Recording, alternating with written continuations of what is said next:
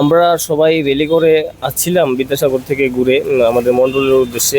তখন আসার সময় আমাদের উপরে আক্রমণ হয়েছে, 10 থেকে 15 জন হইব। আমরা তাদেরকে দেখতে পাচ্ছি না, তাদের হাতে লাঠি টাঠি ছিল এরকম আর কি। তার মধ্যে আমরা 2-3 জন ব্যথা পেয়েছি। আনুমানিক এটা সিপিএম এর পার্টির সামনে যেতে হয়েছে ঘটনাটা, তাদের এখন নেতৃত্বে কেউ হইব যে এরকম করাইছে কাজটা।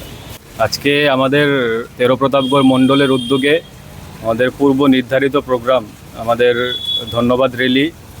আপনারা সবাই অবগত আছেন, আমাদের রাজ্যের মধ্যে 100% বিদ্যুৎ যে মাসুল, তার ধন্যবাদ বকেয়া যে রাজ্য সরকার বকেয়া মিটিয়ে দিয়েছেন, তারই অঙ্গ হিসেবে আজকে ধন্যবাদ র্যালি আমাদের মণ্ডল কার্যালয় থেকে শুরু করে আমাদের বিদ্যাসাগর বাজার প্রাঙ্গণ হয়ে বিদ্যাসাগর ব্রিজ হয়ে যখন মিছিলটা আমরা শুরু করে যাচ্ছিল, তখনই সিপিএমের পার্টি অফিসের উপর থেকে এলোপাতারি ডিল আমাদের কার্যকর্তাদের উপর ওনারা নিক্ষেপণ করেছেন।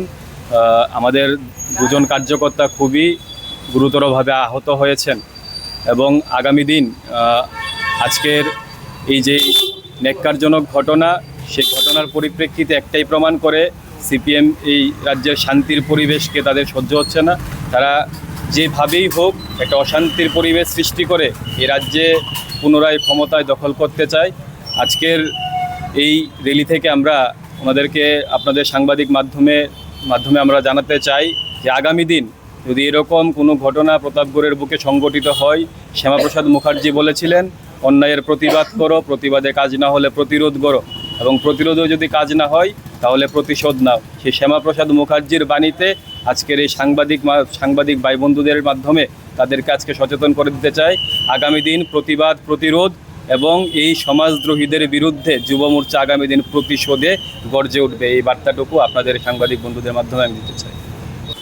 অ্যাকচুয়ালি আমরা ভারতীয় জনতা পার্টির একটা ধন্যবাদ র্যালিতে স্কোডিং দিতে আমরা এগোচ্ছি, মানে বিদ্যাসাগরের দিকে রওনা হয়েছি। ওই থেকে আমরা মোড় কেটে ঘুরে আসার পরে একটা সিপিএমের পার্টি হয়েছিল, ওইখান থেকে কে বা কারা ডিএল চুচ্ছে মাথায় এখানে পড়ছে।